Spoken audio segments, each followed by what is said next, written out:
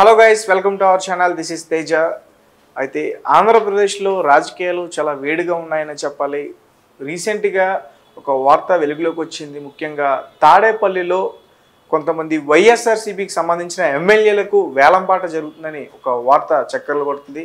So ఇది ఎంతవరకు వాస్తవం? సో ఇదే అంశాన్ని మనతో పాటు డిస్కస్ చేయడానికి సీనియర్ జర్నలిస్ట్ జగదేవ్ గారు ఉన్నారు. నమస్తే సార్. నమస్తే అండి. సో ఇంతకుముందు ఎప్పుడూ నేను వినలేదు రాజకీయ చరిత్రలో. మీరేమైనా విన్నారా ఎమ్మెల్యేలకు వేలంపాట? అంటే నేను ఇలా వినలేదు, కానీ ఇంకో రకంగా విన్నాను. అంటే రాజకీయాలు అంటేనే ఖర్చుతో కూడుకున్న పని అండి.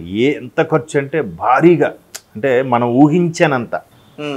మీరు ఎంత అంటే, మీకు మహేష్ బాబుది పూరి జగన్నాథ్ సినిమా మీకు గుర్తుందో లేదో, కాదు, బిజినెస్ మ్యాన్.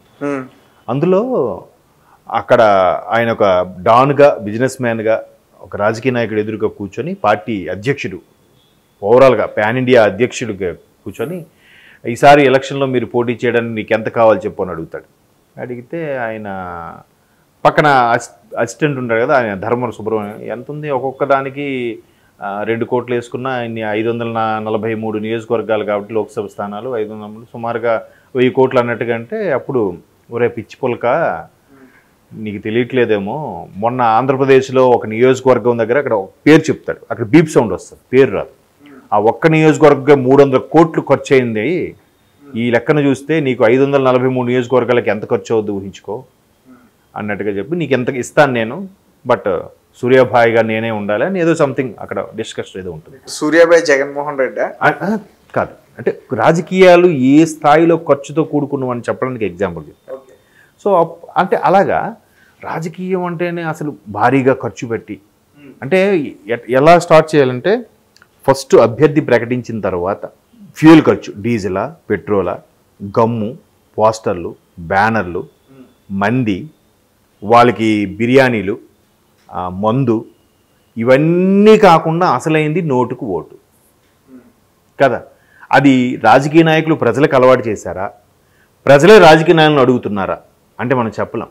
చెట్టు ముందా విత్తనం ముందా అన్నట్టు. సో మొత్తానికి ఆ కల్చర్, ఆ ఏదైతే బ్యాడ్ కల్చర్ అనేది, అది అలవాటు అయిపోయింది మన సొసైటీలో. ఖచ్చితంగా పైసలు ఇస్తే కానీ ఓటు వేయము అన్నట్టు కదా. సో అది పంచాలి. ఇవన్నీ కాకుండా పార్టీ టికెట్ ఇవ్వాలంటే పార్టీ ఫండ్ కింద కొంత సమర్పించుకోవాలి. అది ఎప్పటి నుంచో ఉన్నదే.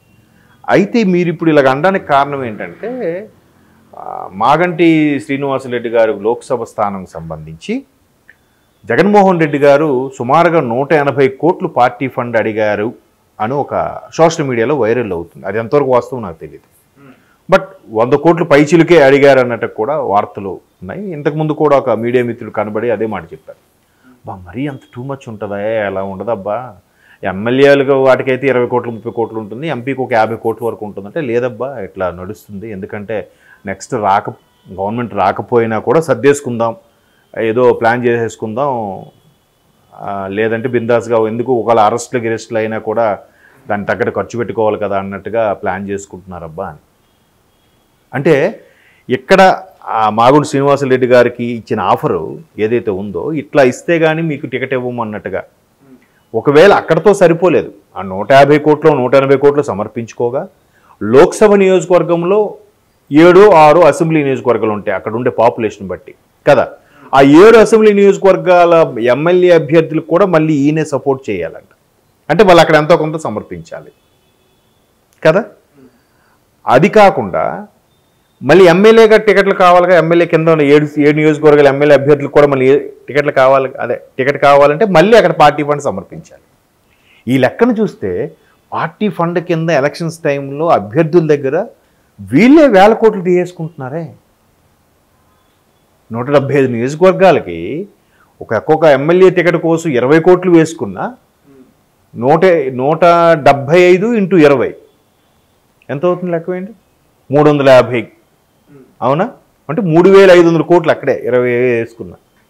అది కాక 25 లోక్సభ స్థానాలు, 20 లోక్సభ స్థానాలకు ఒక్కొక్కదాన్ని 100 కోట్లు వేసుకున్నా 25కి అదొక 2500 కోట్లు. అంటే 6000 కోట్లు కేవలం పార్టీ ఫండే వస్తుంది.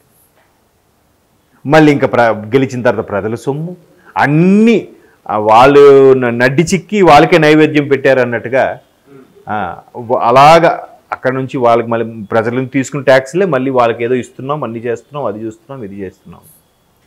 చూడండి అసలు ఎంత వేరే లెవెల్లో. అసలు ఒక్కొక్కడు తిండికి లేకుండా చాలామంది ఇబ్బంది పడుతుంటే అప్పుడు సగటు నాలాంటి వాళ్ళు అరే ఒక ఇల్లు కొనుక్కోవాలి, ఇల్లు కట్టుకోవాలంటే ఇబ్బంది ఆలోచిస్తుంటే అక్కడికి ఏమీ కాదు. వేల కోట్లు అంటే వేసుకున్న కోట్లు నిజమైన కోట్లు అర్థం అవ్వట్లేదు. ఇప్పుడు నిన్న రేవంత్ రెడ్డి గారు కూడా ఒక చిన్న అది 6 పథకాలని ఇంప్లిమెంట్ చేసేటప్పుడు ఒక మాట చెప్పారు. గత ప్రభుత్వం ల్యాండ్ క్రూజర్ కార్లు ఏవో కొన్నారు, 22 కార్లు కొని బుల్లెట్ ప్రూఫ్ చేయించడానికి విజయవాడలో పెట్టారు, దాచించారు, గవర్నమెంట్ వచ్చేస్తారు ధైర్యంతో. ఒక్కొక్క కారు ఖరీదు 3 కోట్లట అని. అంటే 3 కోట్లు ఇంటి 22 అంటే 66 కోట్లు. 66 కోట్లతో ఎన్ని పల్లెలకి రోడ్లు, పవరు, మౌలిక సదుపాయాలు కల్పించవచ్చు, ఎంతమంది జీవితాలు బాగుపరచవచ్చు. అది ఎవరైనా ఆలోచిస్తున్నారా? లేదు. మా సేఫ్టీ, మా సెక్యూరిటీ, మా రేంజ్కి, మా హోదాకి ఉండాలి. తెలంగాణ అంటే ఈ రేంజ్లో ఉండాలి. ఇప్పుడు అక్కడ కూడా ఆంధ్రాలో కూడా ఆయన దగ్గర 5 కిలోమీటర్లు 20 కిలోమీటర్లు కూడా హెలిప్యాడ్లో వెళ్తున్నాడుగా. దాన్ని ఎలా చెప్తున్నారు? అసలు అంత ఖర్చు అవసరమా? బై రోడ్డు వెళ్ళిపోవచ్చు కదా. కానీ దాన్ని కూడా కొంతమంది వైసీపీ శ్రేణులు ఎలా చెప్తున్నారంటే మా సీఎం రిచ్, మా స్టేట్ రిచ్ స్టేట్, అందుకే మేము హెలిప్యాడ్లో వెళ్తాం. దాన్ని కూడా పాజిటివ్గా చెప్పుకోవడం, ఎవరి పార్టీ వాళ్ళు పాజిటివ్గా చెప్పుకోవాలి కదా. అట్లాగా ఖర్చు పెరిగిపోవడం వల్ల, ఇంత అవ్వడం వల్ల ఇప్పుడు మీరు అన్నట్టు ఆ తాడేపల్లిలో క్యాంప్ ఆఫీస్ ఏదైతే ఉందో ఆబ్వియస్లీ ఇప్పుడు ఒకే సీటు కోసం ఇద్దరు వెళ్ళాము. మీరు మంగళగిరి నుంచి లేదా నేను మంగళగిరి నుంచి వెళ్ళాము.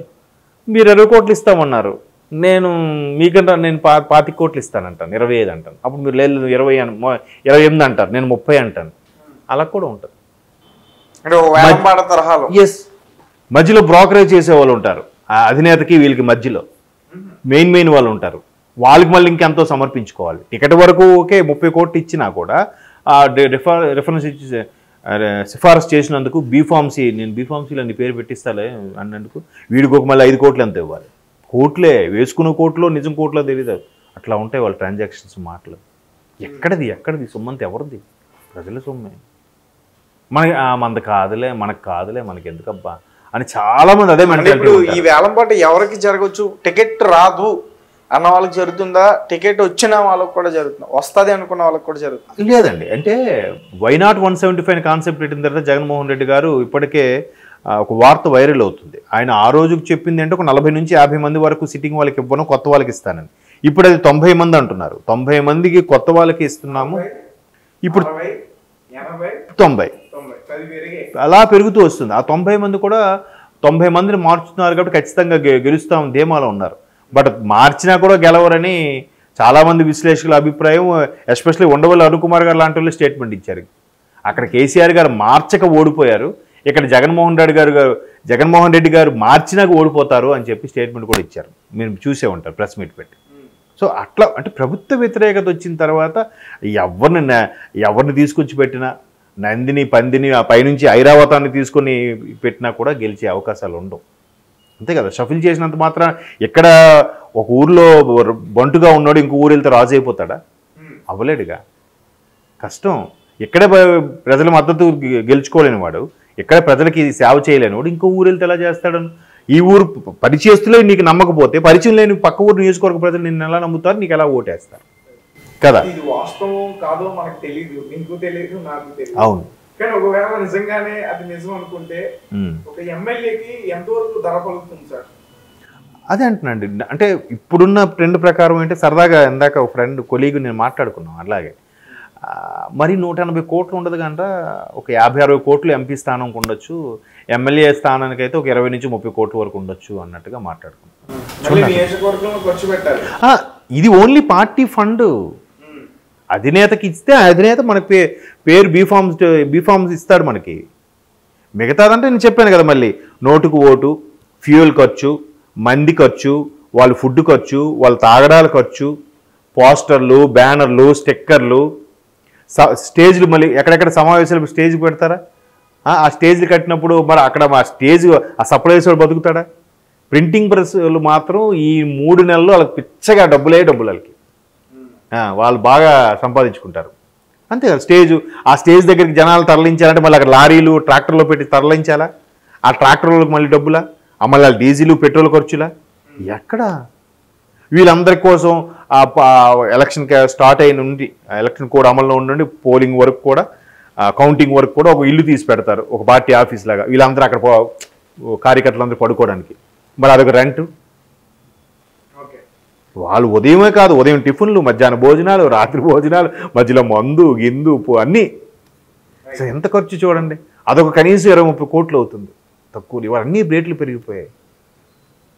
నెక్స్ట్ పంచడం అని ఇస్తారు కింద స్థాయిలకు. ఒక 20 కోట్లు 10 ఒక 50 లక్షలు ఇచ్చాడు అనుకుందాం. ఆ రైట్ హ్యాండ్ కదా, ఇది వెళ్ళి అందరికీ వెళ్ళాలి రాత్రి. ఎందుకంటే ఎలక్షన్ కూడా పోలీసులు పట్టుకుంటే ఇబ్బంది, జాగ్రత్తగా. ఆయన ఏం చేస్తాడు, ముందు ఒక 5 లక్షలు 10 లక్షలు పక్కన పెట్టుకుంటాడు ఆ రైట్ హ్యాండ్ అనేవాడు. ఈ 40 లక్షలు సర్దుతాడు. 40 లక్షలు ఏం చేస్తాడు, నలుగురికి ఇస్తాడు 4 పదులు చొప్పున. ఆ 4 పదుల్లో కూడా వాళ్ళు ఏం చేస్తారు, మళ్ళీ 2 లక్షలు 3 లక్షలు పాకెట్లు పెట్టుకొని 7 లక్షలు 8 లక్షలు పంచుతారు. మళ్ళీ అక్కడ ఒక కుటుంబం నుంచి కూడా అక్కడ మళ్ళీ వార్డు మెంబర్ వరకు మళ్ళీ గ్యాంబ్లింగ్. అంటే అల్టిమేట్గా వీళ్ళకి వెళ్ళి చేరేది చాలా తక్కువ. మీరు ఒక సినిమాలో ప్రకాష్ రాజ్ అదే చెప్తాడనమాట. ప్రభుత్వం నుంచి వచ్చిన పథకం ఇది అని చెప్పి వీళ్ళకి ఐస్ ముక్క చూపిస్తాడు. ఒక్కొక్కరు చెయ్యిని టచ్ చేసుకుంటే ఇలాగ లాస్ట్ వాడికి వెళ్ళేసరికి బుట్టి తడే ఉంది చూసారా, ఏమీ లేదు. ఆ లాస్ట్ వాడే ప్రజలు. వీళ్ళందరూ మధ్యలో ఉండే కార్యకర్తలు, బ్రోకర్లు, వాళ్ళు వీళ్ళు అధికారులు అందరూ. సో అది పరిస్థితి.